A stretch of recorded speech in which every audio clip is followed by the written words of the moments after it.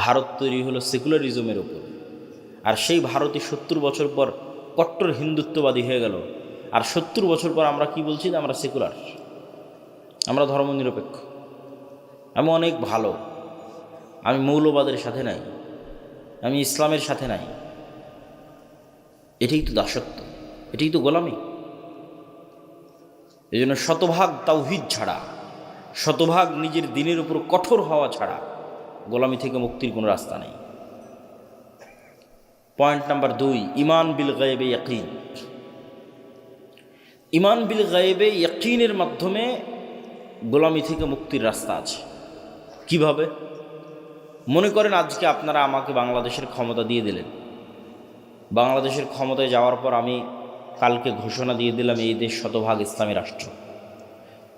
ঘোষণা দেওয়ার 1 সেকেন্ডের মধ্যে ভারত এবং আমেরিকা বাংলাদেশকে বয়কট করবে অর্থনৈতিকভাবে। অর্থনৈতিকভাবে বয়কট করার পর বাংলাদেশে এখন যে সুযোগ সুবিধা আপনারা ভোগ করতেছেন, সেই সুযোগ সুবিধা আর ভোগ করতে পারবেন না। এই বিদ্যুৎ আর থাকবে না, থাকবে অনেক অল্প, হয়তো 20%, যতদিন না পূর্ণাঙ্গ উৎপাদন না করা হয়েছে। ভারতের আদানির লাইন বন্ধ করে দেবে, আরও কত কি, রাশিয়ারটাও বন্ধ হয়ে যেতে পারে, সব বন্ধ হয়ে যাবে। বিদেশ থেকে ডলার আসবে না, ইউরো আসবে না, প্রবাসীদের ধরে ধরে পাঠিয়ে দেবে, অনেক কিছু। গার্মেন্টসে ক্রয় আদেশ বাতিল হয়ে যাবে। আপনার গাইবান্ধার কত মানুষ গার্মেন্টস থেকে ইনকাম করতেছে, আর ইনকাম পাবে না, বাড়ি ফেরত চলে আসবে। তো যখন দেখবেন যে এরকম ভয়ঙ্কর ম্যাসাকার চলতেছে, আপনি বলবেন যে রাখো তোমার দিন, রাখো তোমার ইসলাম, নামাও আবদুল্লাহকে, দরকার নাই, এর চেয়ে আগেরটাই ভালো ছিল। এটাই বাস্তবতা। তাহলে কখন ইসলামের বিজয় সম্ভব হবে? যখন অন্তত 20%, বাংলাদেশের অন্তত 20 থেকে 30% মানুষের ঈমান বিল গায়বে ইয়াকিন থাকবে। ঈমান বিল গায়ব কি? ঈমান বিল গায়বের একটা বড় পার্ট হচ্ছে পরকাল। 6 নাম্বার, ওয়াবিল আখিরাতি হুম ইউকিনুন, সূরা বাকারার মধ্যে আল্লাহ বলেছেন আল্লাযীনা ইউমিনুনা বিল গায়ব, যারা গায়বে ইয়াকিন রাখে। আর শেষ করছেন ওয়াবিল আখিরাতি হুম ইউকিনুন, পরকালে ইয়াকিন রাখে। তো পরকালে ইয়াকিন রাখা মানে কি? পরকালকে ভিজুয়ালাইজ করতে পারা, দেখতে পাওয়া। মুসলমানদের জীবন পরকাল ভিত্তিক। পরকালকে যতক্ষণ আপনি চোখ বন্ধ করে দেখতে না পাবেন, বারজাখী জীবনকে যতক্ষণ দেখতে না পারবেন, ততক্ষণ আপনি এই দুনিয়ার মোহ থেকে বের হয়ে আসতে পারবেন না।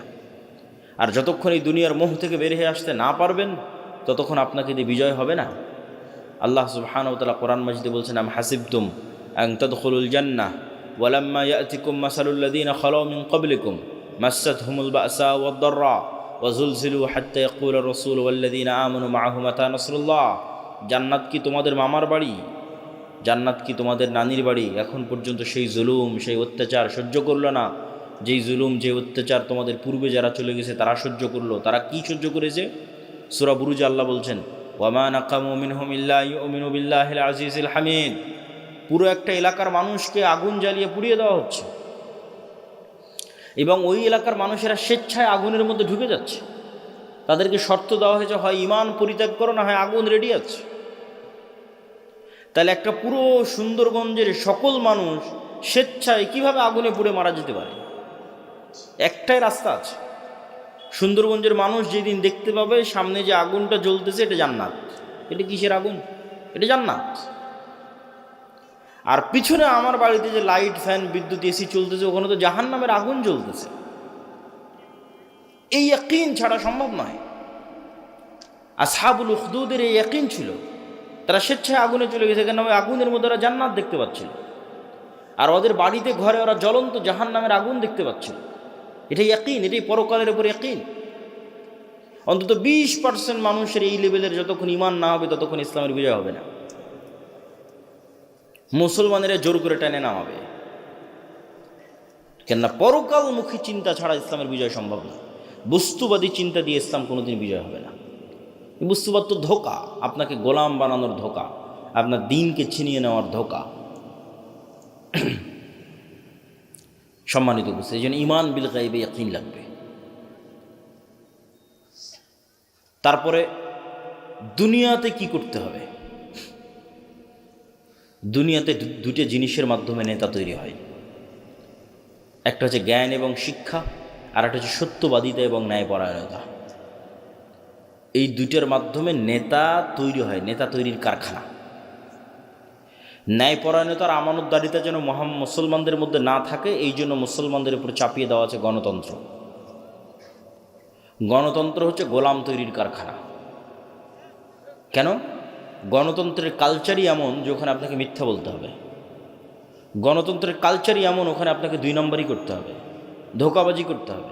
অন্য দলের সাথে তো বহু দূরে থাক, একই দলের একই আসনের মনোনয়ন প্রার্থী একজন আরেকজনের বিরুদ্ধে যদি 2 নম্বরই না করে তো মনোনয়নে নিয়ে আসতে পারবে না। তাহলে এই যে 2 নম্বরই কালচারের মধ্যে দিয়ে যেন বড় হয়, এই জন্য গণতন্ত্র চাপিয়ে দেওয়া। তাহলে কি হবে?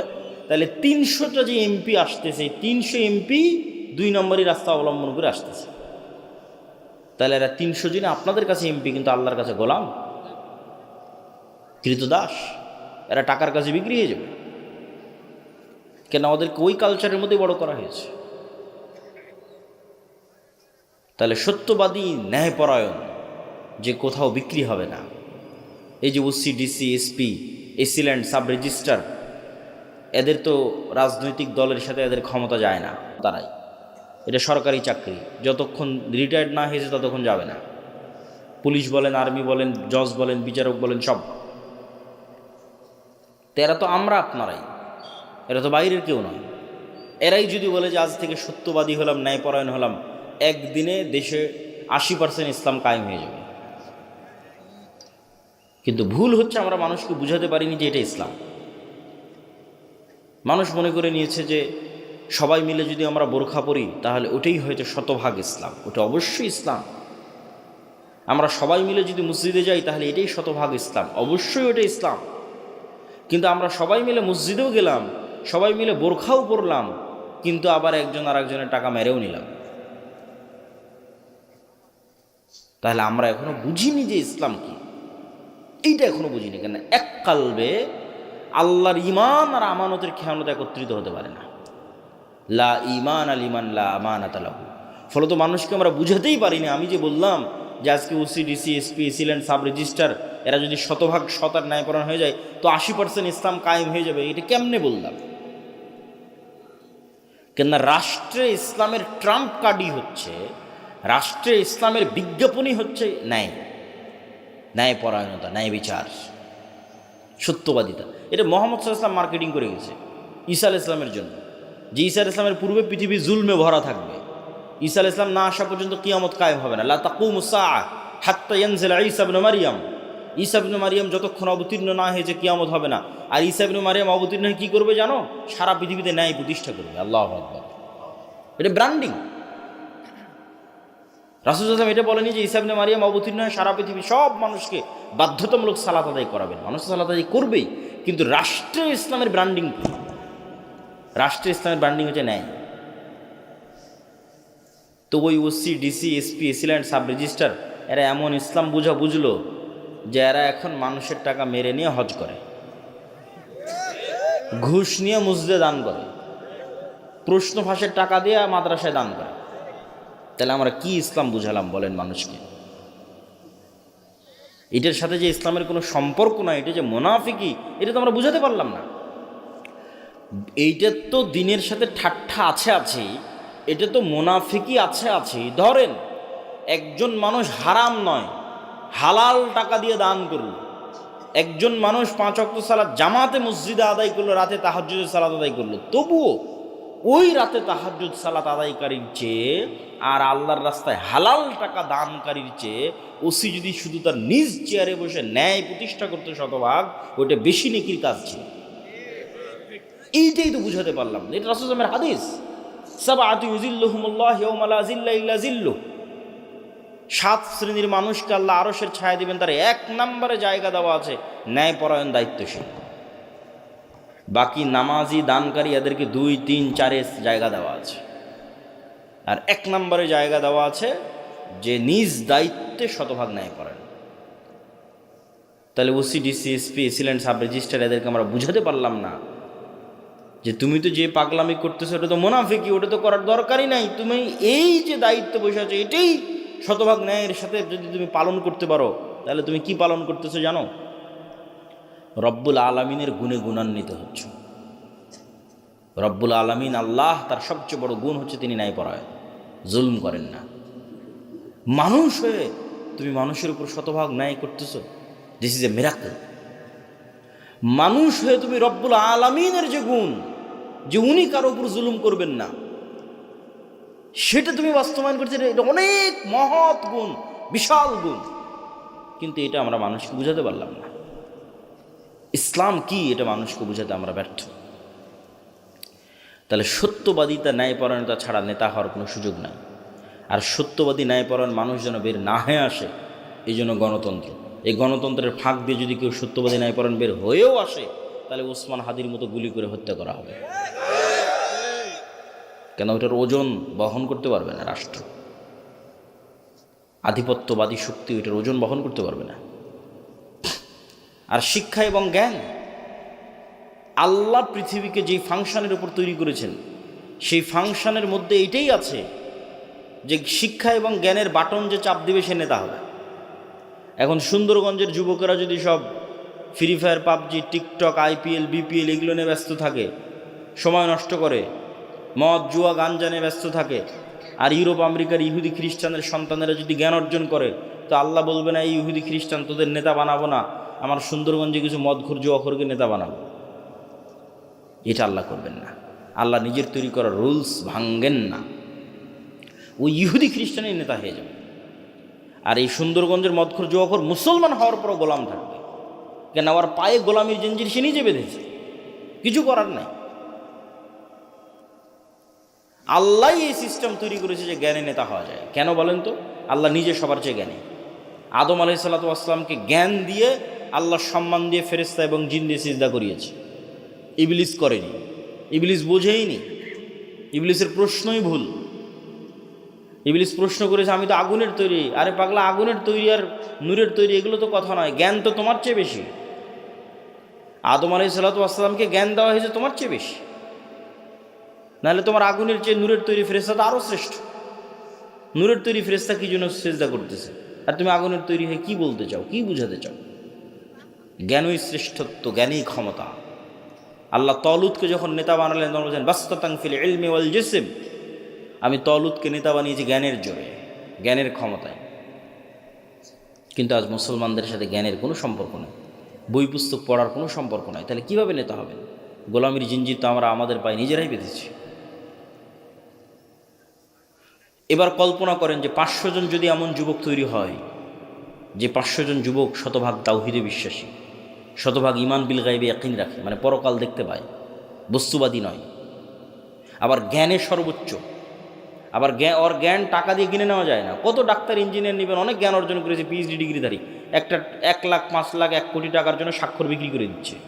বন্দরে বসে আছে, চিটাগাং বন্দরে, মেডিকেলগুলোতে বসে আছে, গাড়ি হাতিয়ে দিবে, কোম্পানির ওষুধ লিখবে। ও কি জ্ঞানী নয়? জ্ঞানী, কিন্তু ওর জ্ঞানকে বিক্রি করে দিয়েছে, ন্যায়পরায়ণ নয়।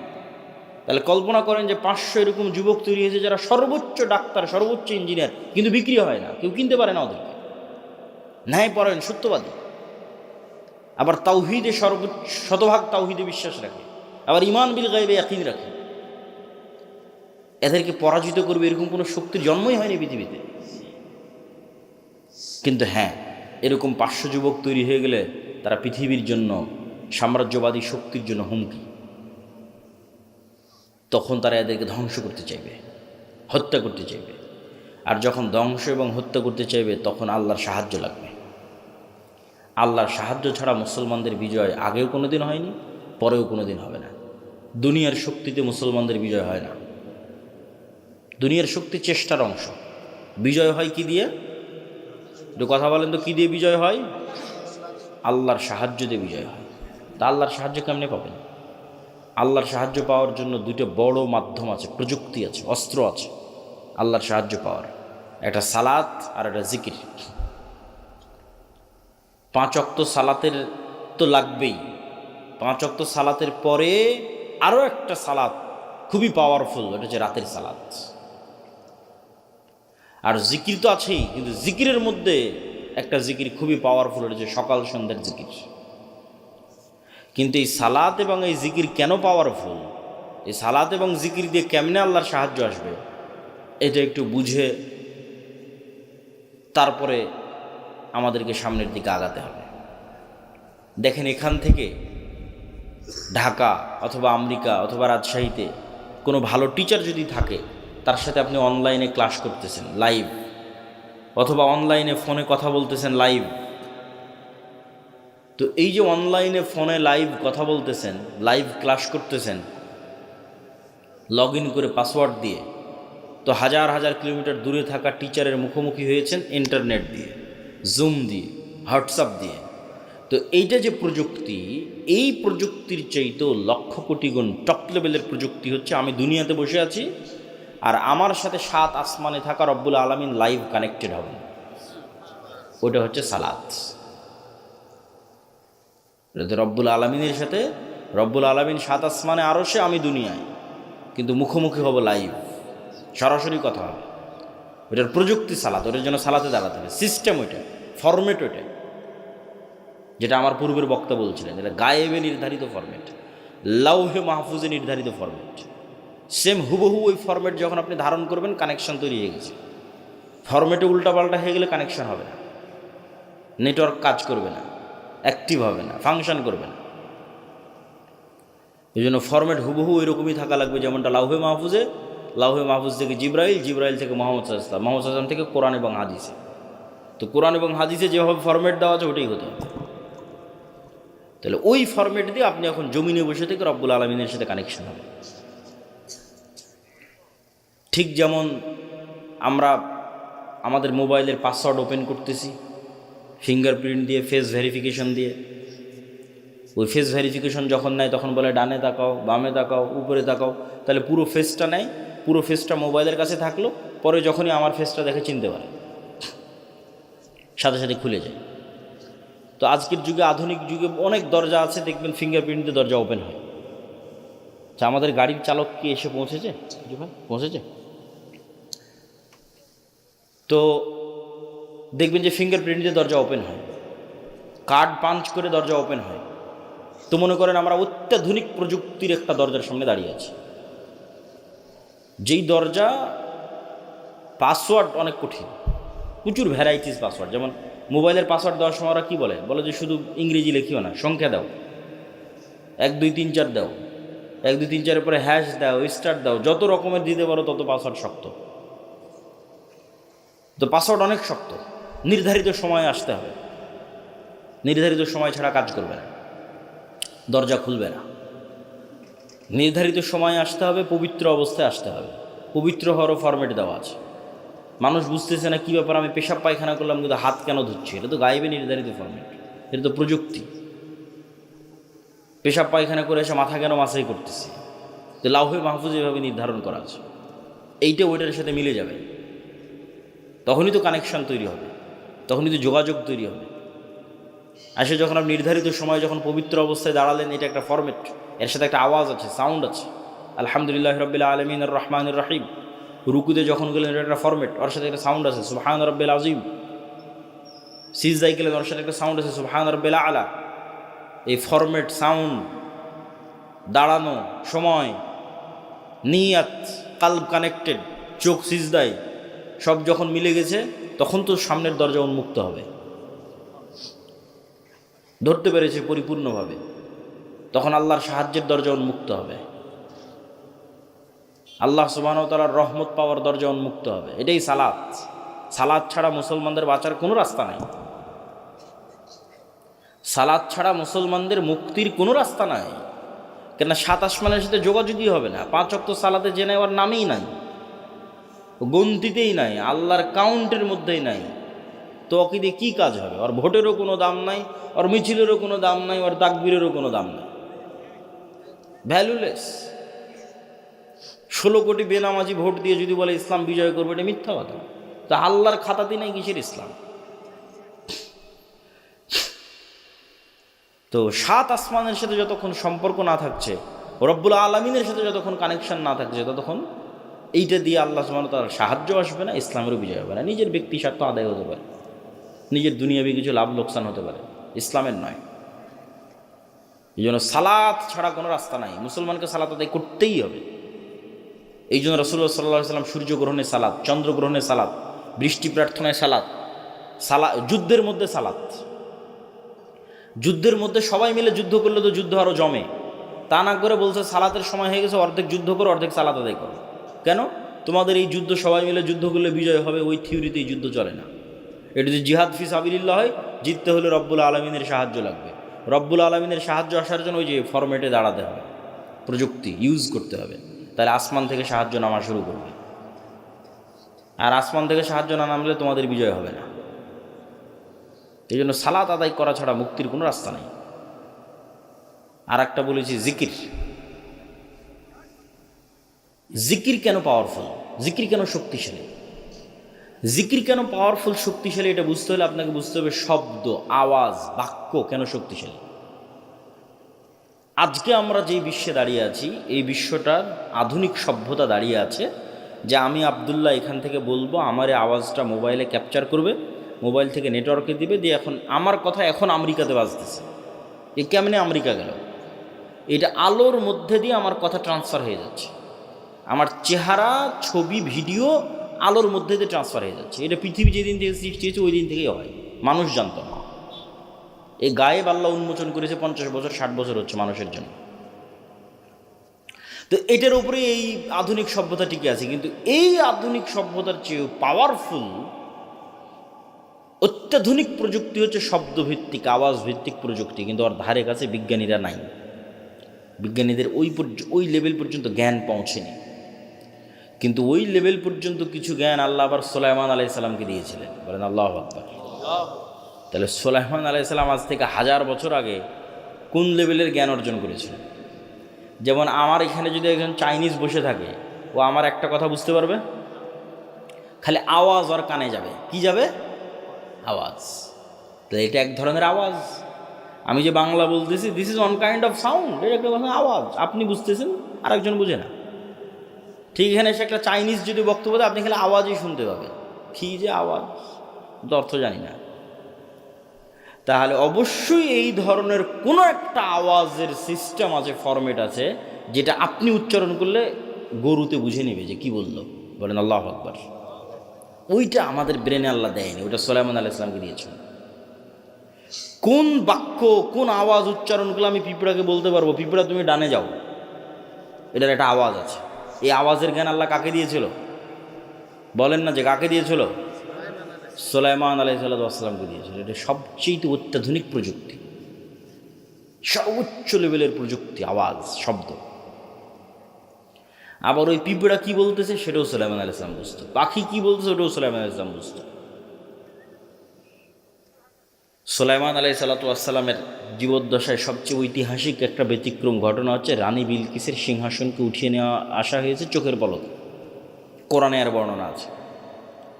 তো সুলাইমান আলাইহিস সালাম যখন বললেন বিলকিসের সিংহাসনকে নিয়ে আসতে হবে, তখন একটা জিন বলছে, ক্বালা ইফরিতুম মিনাল জিন, যে আমি আপনার এই বসা থেকে উঠার আগে ওই সিংহাসন ইয়ামান থেকে ফিলিস্তিনে নিয়ে আসবো। এইটা সুলাইমান আলাইহিস সালামের পছন্দ হয় না। তখন আরেকজন বলল, কোরআনের ইবারত হচ্ছে আল্লাযী ইনদাহু ইলমুম মিনাল কিতাব, যার কাছে কিতাবের জ্ঞান আছে, সে বলল যে আপনার চোখের পলক পড়ার পূর্বে সিংহাসন হাজির হয়ে যাবে। তাহলে ইফরিত নামক জিন যখন বলেছে, তখন গায়ের জোরে বলেছে, যে গায়ের জোরে উড়ে যাব, উড়ে আসব। আর পরের জন যখন বলেছে, ও গায়ের জোরে বলেনি, জ্ঞানের জোরে বলেছে। আল্লাহ পাক বলেছে আল্লাযী ইনদাহু ইলমুম মিনাল কিতাব, কিতাবের জ্ঞান আছে। কি জ্ঞান? কোন জ্ঞান? যে জ্ঞানে চোখের পলকে সিংহাসন নিয়ে চলে আসবে ইয়ামান থেকে ফিলিস্তিন, 1000 কিলোমিটার দূরে। তো অনেক মুফাসসির লিখেছেন যে আল্লাহ সুবহানাহু ওয়া তাআলার বিশেষ কিছু জিকির তার জানা ছিল, সাউন্ড, আওয়াজ, জ্ঞান, জিকির, বিশেষ কিছু জিকিরের জ্ঞান, যে আওয়াজ দিয়ে, যে সাউন্ড দিয়ে চোখের পলকে সিংহাসন ওখান থেকে উড়ে চলে আসবে এখানে। তো সাউন্ড খুব পাওয়ারফুল। এই জন্য আল্লাহ সুবহানাহু ওয়া তাআলা পৃথিবী ধ্বংসর সিস্টেম নির্ধারণ করেছেন সাউন্ড। যে ইসরাফিল বাঁশিতে ফু দিবে, আওয়াজ তৈরি হবে, আওয়াজে সূর্য চন্দ্র নক্ষত্র সব ভেঙে চূর্ণ বিচূর্ণ হয়ে যাবে আওয়াজ। মানুষ, ফেরেশতা, জিন সব মরে যখন সাফ কুল্লু মান আলাইহা ফান ওয়া ইয়াবকা ওয়াজহু রাব্বিকা যুল জালালি ওয়াল ইকরাম, তখন আল্লাহ যদি পুনরুজ্জীবন করতে চাই, ইসরাফিলকে আবার নতুন করে সৃষ্টি করে ইসরাফিলের মুখে বাঁশি দিয়ে আওয়াজ দিতে বলবে, আওয়াজে সব কবর থেকে বের হয়ে আসবে। তাহলে ধ্বংসের সিস্টেম আওয়াজ, পুনরুত্থানের সিস্টেম আওয়াজ। এটা টপ লেভেলের প্রযুক্তি, আওয়াজ। এই জন্য মুসা আলাইহিস সালামকে যে লাঠি দেওয়া হয়েছে, মুসা আলাইহিস সালামের যে মোজেজার পাথর ছিল, যেটাতে আঘাত করে বৃষ্টি তৈরি, ঝর্ণা তৈরি হয়েছিল, যে পাথর আর লাঠি বানু ইসরায়েলরা বহন করতো তাবুত নাম দিয়ে, কোরআনে আছে তাবুতের কথা, আর সাকিনা তাবুত, ওরা সব যুদ্ধ ওটা নিয়ে যেত, ওটার বরকতে ওদের বিজয় হয়ে যেত। ওইটা ওরা হারিয়ে ফেলেছে। ওরা মনে করছে এই তাবুত জেরুজালেমের মসজিদে আকসার মাটির নিচে আছে। তো ওদের ওই তাবুতের চেয়েও, মুসা আলাইহিস সালামের লাঠির চেয়েও, মুসা আলাইহিস সালামের হাতের মোজেজার চেয়েও, ঈসা আলাইহিস সালামের মৃত্যুকে জীবিত করার চেয়েও পাওয়ারফুল জিনিস মুসলমানদের কাছে আছে। সেটা হচ্ছে সরাসরি আল্লাহর আওয়াজ, কোরআন। বলেন আল্লাহু আকবার। কোরআন সরাসরি আল্লাহর আওয়াজ, আল্লাহর সাউন্ড, আল্লাহর শব্দ, আল্লাহর বাক্য, যেটা জিব্রাইল হয়ে মুহাম্মদ সাল্লাল্লাহু আলাইহি ওয়াসাল্লাম হয়ে আমাদের পর্যন্ত এসেছে। এই জন্য কোরআন তেলাওয়াত বিশুদ্ধ হতে হবে, যাতে হুবহু মুহাম্মদ সাল্লাল্লাহু আলাইহি ওয়াসাল্লামের মতো হয়। ফরম্যাট মিলবে, তখন বেশি কাজ করবে, এবং ওইভাবে ওই লেভেলের আরবি বুঝতে হবে। এটাই মুসলমানদের সবচেয়ে বড় সম্পদ, সবচেয়ে বড় প্রযুক্তি, যার সামনে পৃথিবীর কোনো শক্তি টিকতে পারবে না। কেন? এটা সরাসরি আল্লাহর আওয়াজ, আল্লাহর শব্দ। আর সবচেয়ে পাওয়ারফুল হচ্ছে শব্দ, সবচেয়ে পাওয়ারফুল হচ্ছে আওয়াজ। এই জন্য শ্রেষ্ঠতম জিকির হচ্ছে পবিত্র কোরআন। আফজালু জিক্র তিলাওয়াতুল কোরআন, শ্রেষ্ঠতম জিকির কোরআন তেলাওয়াত করা। কিন্তু সেই কোরআন শিখে কে, পড়ে কে, বুঝে কে, জানে কে? কোরআনের যা অবস্থা আমাদের বাড়িতে ঘরে, আমাদের তা অবস্থা পৃথিবীতে। এভাবেই ভাগ্য নির্ধারণ করা আছে। তো জিকিরের কথা বলতে গিয়ে আর দুটো পয়েন্ট বলবো, যে জিকির কেন গুরুত্বপূর্ণ, কেন শক্তিশালী, কেন পাওয়ারফুল। পৃথিবীর এমন কোনো অসম্ভব নয় যা সম্ভব করা যাবে না জিকির দিয়ে। তবে তার আগে, জিকিরের উপর গুরুত্বপূর্ণ দুটো পয়েন্ট উল্লেখ করার আগে জরুরি 2 মিনিট কথা। এই যে আজ সুন্দরগঞ্জে সম্ভবত আমি আজকে প্রথম এসেছি নাকি? তো এই যে এত চেষ্টার পর, এত পরিশ্রমের পর প্রথম আসলাম, এই আশা যদি শেষ হয় তাহলে আর কোনো অর্থ থাকে না। কিন্তু বাংলাদেশের যত উপজেলা, 600 উপজেলায় একবার করে গেলে 2 বছর লাগবে, তাও যদি প্রতিদিন প্রোগ্রাম করা হয় তাহলে। আর যদি এই মাত্র সিজনের 2-3 মাস প্রোগ্রাম করা হয় তাহলে 5 বছর লাগবে সব উপজেলায় যেতে। তাহলে আপনাদের সাথে আমাদের যোগাযোগ থাকবে কিভাবে? যোগাযোগ থাকার মাধ্যম হচ্ছে মাসিক আল ইতিসাম। যোগাযোগ থাকার মাধ্যম হচ্ছে এই যে আজকে যে আলোচনা করলাম, এটা পুরোটাই এই বইয়ে লেখা আছে, আল্লাহর পথে যাত্রা। এটা সব দাওয়াত সেন্টার, মসজিদ, মাদ্রাসা, স্কুল, কলেজে রেখে প্রতি সপ্তাহে অন্তত একদিন 1-2 পৃষ্ঠা করে পাঠচক্র করতে হবে। এটা মুসলমানদের মুক্তির রোডম্যাপ হিসেবে লেখা 1 নম্বর বই। 2 নম্বর আর একটা বই আসবে পূর্ণাঙ্গ বিপ্লবের জন্য, যে একদল মুসলমান প্রস্তুত হবে, তারা কি করবে, কি কাজ তাদের, সেটাকে দার্শনিক অ্যাঙ্গেল থেকে, ভিন্ন অ্যাঙ্গেল থেকে, পবিত্র কোরআন এবং হাদিসের মাধ্যমে, দলিলের মাধ্যমে, গায়েবের বিষয়গুলোর উপর ফোকাস দিয়ে লেখা আছে। শয়তান, ফেরেশতা, রূহ, নফস, ইমান বিল গায়েব, জিকির, সালাত, এগুলোর উপর ফোকাস দিয়ে লেখা আছে। তো আমাদের বই পুস্তক এবং মাসিক আল ইতিসাম, এগুলো আপনাদের সাথে, আমাদের সাথে আপনাদের স্থায়ী সম্পর্ক ধরে রাখবে। 2 নম্বর হচ্ছে মক্তব। বুড়া মানুষদের বিপ্লব হবে না, না, বেশিরভাগই বৃদ্ধ মানুষ বসে আছে। বিপ্লবের জন্য নতুন প্রজন্ম লাগবে। এই নতুন প্রজন্মকে কোথায় পাবেন? মাদ্রাসায় আছে 2% করে, মাদ্রাসায় আসে 2%। সারা বাংলাদেশের যত স্টুডেন্ট, 2% মাদ্রাসা। তাহলে 98% স্টুডেন্টকে ধরতে হলে মসজিদে যেতে হবে। প্রত্যেক গ্রামের মসজিদে ওই এলাকার শতভাগ মুসলমানের সন্তানকে মক্তবে নিয়ে আসতে হবে। এটাই আন্দোলন, এটাই মুভমেন্ট। এরাই ভবিষ্যৎ ওসিডিসি এসপি হবে। এদের মাথার মধ্যে ছোটোবেলায় এই আকিদা, এই বিশ্বাসগুলো দিয়ে দিতে হবে। যাদের কাজ কি, সত্যবাদিতা, ন্যায় পরায়ণতা কি, শিক্ষা জ্ঞান কি, শতভাগ তাওহিদ কি, ইমান বিল গায়বি ইয়াকিন কি। এই জন্য মক্তব লাগবে। মক্তবের সিলেবাস আমারই লেখা।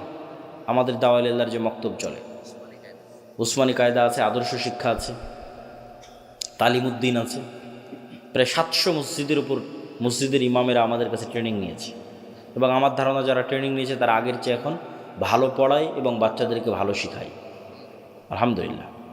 এই সকল মক্তবের উপর একটা আমাদের প্রতিযোগিতা আয়োজন হচ্ছে এনটিভিতে, যেটা তো অনেক খরচ। মক্তবের স্টুডেন্টরা টিভিতে যাবে, সেই উদ্যোগে এই অনুষ্ঠান আয়োজন হচ্ছে। তো অত্র অঞ্চল পুরো সুন্দরগঞ্জ আশপাশে যত বেশি পারা যায় মক্তবের শিক্ষকদের ট্রেনিং দেওয়ানো, এটা আপনাদের কাজ।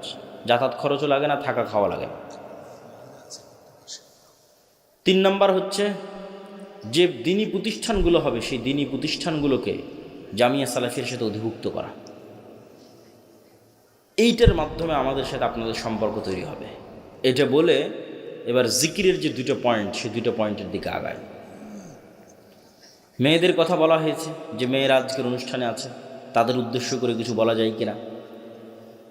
আমার বক্তব্যের যেটা মূল বিষয় ছিল ন্যায়পরায়ণতা এবং সত্যবাদিতা, গোলামি থেকে মুক্তির জন্য। এটা অনেকে যদি মনে করে শুধু ছেলেদের কাজ, এটার অনেক অংশ মেয়েদের সাথে জড়িত আছে। কিভাবে? এই যে আপনারা যারা এখানে উপস্থিত আছেন, নিজ বাপের সম্পত্তিতে নিজ বোনকে ন্যায়ের সাথে সম্পদ দিয়েছেন? যদি দিয়ে থাকেন নেতা হবেন, আপনার ছেলেরা নেতা হবে। যদি না দিয়ে থাকেন আপনি গোলাম, আপনার পরবর্তী 14 প্রজন্ম গোলাম। এটাই গোলামির স্বভাব। ধোকা দেওয়া, ন্যায় প্রতিষ্ঠা না করা, এটাই গোলামির স্বভাব। তাহলে মা এবং বোনকে তাদের সম্পত্তি ন্যায়ের ভিত্তিতে বন্টন করতে হবে। ঠিক মা এবং বোনকে চিন্তা করতে হবে, আমি কি আমার শাশুড়ির সাথে ন্যায় করতেছি? শাশুড়িকে চিন্তা করতে হবে, আমি কি আমার স্ত্রীর সাথে ন্যায় করতেছি? এই এক চিন্তাতে সমাজ ঠিক হয়ে যাবে। এক চিন্তাতে একদিনে সমাজ সংশোধন হয়ে যাবে। যদি ন্যায় ইনসাফ, অন্যায় করা যাবে না। ওটা আসল ইসলাম, ওটা প্রকৃত ইসলাম। ওটা আগে, ওটাতে ফেঁসে গেলে কিয়ামতের মাঠে বেশি ফেঁসে যাবেন, কেন আল্লাহ ওটা ক্ষমা করবে না। ওটা মানুষের সাথে সম্পৃক্ত। অন্যগুলো তো আল্লাহর কাছে ক্ষমা চাইলে আল্লাহ ক্ষমা করে দেবে। তো মা এবং বোনদের ক্ষেত্রেও আজকের আমাদের আলোচনা পরিপূর্ণরূপে প্রযোজ্য। জিকিরের ক্ষেত্রে যে 2টা পয়েন্ট বাকি আছে। মুসা আলাইহিস সালাতু ওয়াস সালামকে আল্লাহ সুবহানাহু ওয়া তাআলা বললেন যে মুসা, তোমাকে লাঠি দিলাম, জিহ্বা তোতলা ছিল ভালো করে দিলাম, ভাইকে সহযোগী হিসেবে দিলাম, তো এখন তুমি রওনা দাও। তবে একটা কথা মনে রাখো, ওয়ালা তানিয়া ফি জিক্রি, জিকির করতে যদি ভুলে যাও সব ডিঅ্যাক্টিভেট হয়ে যাবে। যা ফাংশন দিয়েছি, ধরেন মুসা আলাইহিস সালাতু ওয়াস সালাম 1 সপ্তাহ থেকে নামাজও পড়ে না, জিকিরও করে না, ধরেন কথার কথা বলতেছে। তার মানে মুসা আলাইহিস সালামের কালব আল্লাহর সাথে কানেক্টেড নাই। সালাতের প্রযুক্তিও ব্যবহার করেনি, জিকিরের প্রযুক্তিও ব্যবহার করেনি, কালব রব্বুল আলামিনের সাথে কানেক্টেড হতে পারেনি। এখন যদি ওই লাঠি 1000 ছাড়ে জীবনে সাফ হবে না, ও ডিঅ্যাক্টিভেট হয়ে গেছে। সমুদ্রের মধ্যে মারলে রাস্তা তৈরি হবে না। যেভাবে তোমাদের ফেসবুক কর্তৃপক্ষ মেটা ডিঅ্যাক্টিভেট করে দেয়, ডিঅ্যাক্টিভেট হয়ে গেছে। ওটা তখনই কাজ করবে যখন মুসা আলাইহিস সালামের কালব রব্বুল আলামিনের সাথে কানেক্টেড। সালাত এবং জিকির এই 2টা দিয়ে। ওটা আল্লাহ বলে দিচ্ছে, ওয়ালা তানিয়া ফি জিক্রি, খবরদার আমাকে স্মরণ করতে বলিও না, তোমার কালবকে আমার সাথে কানেক্টেড থাকতে হবে। তাহলে তোমার হাতের লাঠি সমুদ্রে মারলে রাস্তা তৈরি হয়ে যাবে। আল্লাহু আকবার। এই জন্য জিকিরের কোনো বিকল্প নাই। দোয়াতে নিজের প্রয়োজন বেশি থাকে, যে আল্লাহ আমাকে এটা দাও, টাকা পয়সা দাও, ছেলেকে প্লাস দাও, মেয়ের ভালো পাত্রে বিবাহ দিয়ে দাও, ধন সম্পদ দাও, আল্লাহ দ্রুত বিয়ের ব্যবস্থা করে দাও, কত রকমের সব নিজের প্রয়োজনের দোয়া দিয়ে ভরা। মানুষ দোয়া করবে, আল্লাহ পছন্দ করে, কোনো সমস্যা নেই। কিন্তু জিকিরে নিজের প্রয়োজন থাকে না। জিকির শুধু আল্লাহর বড়ত্ব, আল্লাহর মহত্ব, আল্লাহর গুণগান, আল্লাহর পবিত্রতা, আল্লাহর শ্রেষ্ঠত্ব, বান্দার কোনো স্বার্থ নাই। জিকির ফেরেশতাদের ইবাদত, জিকির আমার আশেপাশে যা আছে সবগুলোর ইবাদত। আল্লাহ সুবহানাহু ওয়া তাআলা বলছেন, এটা একটা গায়েবের নিউজ। এটাতে বক্তব্যের শেষের দিকে চলে যাব। ইউসাব্বিহু লিল্লাহি মা ফিস সামাওয়াতি ওয়া মা ফিল আরজ, আসমান জমি এবং তার মধ্যে যা কিছু আছে, এই প্যান্ডেল, ওই টিস্যু, এই গায়ের জামা, ওই মোবাইল ক্যামেরা, এই মাটি, সব 24 ঘন্টা তাসবিহ পড়তেছে। আল্লাহু আকবার। এই তাসবিহ পড়ার আওয়াজ আছে, আমি এমনি বলি না, আওয়াজ সবচেয়ে পাওয়ারফুল। আপনি পিঁপড়া চলার আওয়াজ যেমন শুনতে পান না, এটাও শুনতে পান না, কিন্তু এই পিঁপড়া চলার আওয়াজ ঠিকই হাতি শুনতে পায়, আল্লাহর অন্য প্রাণী শুনতে পায়, আপনি পান না, কিন্তু আওয়াজ হচ্ছে। আমাদের এই গায়ের এই জামা আওয়াজ করে করে তাসবিহ পড়তেছে। শুধু কি এটা ভয়ঙ্কর না, এর চেয়ে বড় ভয়ঙ্কর হচ্ছে আমরা যখন তাসবিহ পড়ি তখন এরা বুঝে। রাসূলুল্লাহ সাল্লাল্লাহু আলাইহি ওয়াসাল্লাম বলেন, মুয়াজ্জিন যখন আজান দেয় আর আজানের আওয়াজ যতদূর পর্যন্ত যায়, জীবজন্তু, জড়বস্তু, জড় পদার্থ, কীট পতঙ্গ, পঙ্গপাল সব এই আওয়াজ বুঝে এবং এই আওয়াজের পক্ষে কিয়ামতের মাঠে সাক্ষী দিবে। তাহলে চারপাশের জীবজন্তু, সৃষ্টিজীবের ইবাদত হচ্ছে তাসবিহ, জিকির। ফেরেশতার ইবাদত তাসবিহ, জিকির। তাহলে এবার আপনিও যখন সকাল সন্ধ্যা জিকির করবেন, তাসবিহ পাঠ করবেন, তখন আপনার জন্য পৃথিবীর সব কিছু সহজ হয়ে যাবে। 5 ওয়াক্ত সালাত, রাতের সালাত এবং সকাল সন্ধ্যের জিকির মুসলমানদের সবচেয়ে বড় অস্ত্র। আর এই পবিত্র কোরআন আল্লাহর সাহায্য আসমান থেকে জমিনে নামিয়ে আনার জন্য। এটা ছাড়া ওই যে আপনি শতভাগ তাওহীদে বিশ্বাসী, শতভাগ ঈমান বিল গায়বে ইয়াকিন রাখেন, বিশাল জ্ঞান অর্জন করেছেন, সত্যবাদিতা, ন্যায়পরায়ণতা প্রতিষ্ঠা করতে যাবেন, তো বহির্বিশ্ব তো আপনাকে বাঁচিয়ে রাখবে না, মারবে। তখন তো আপনার আল্লাহর সাহায্য লাগবে, তখন কী করবেন? দুনিয়ার শক্তিতে বিজয় অর্জন করতে পারবেন না। এই জন্য আগে থেকেই আল্লাহ সুবহানাহু ওয়া তাআলার সাথে সম্পর্ক লাগবে। এই জন্য সালাত লাগবে, রাতের সালাত লাগবে, সকাল সন্ধ্যার জিকির লাগবে।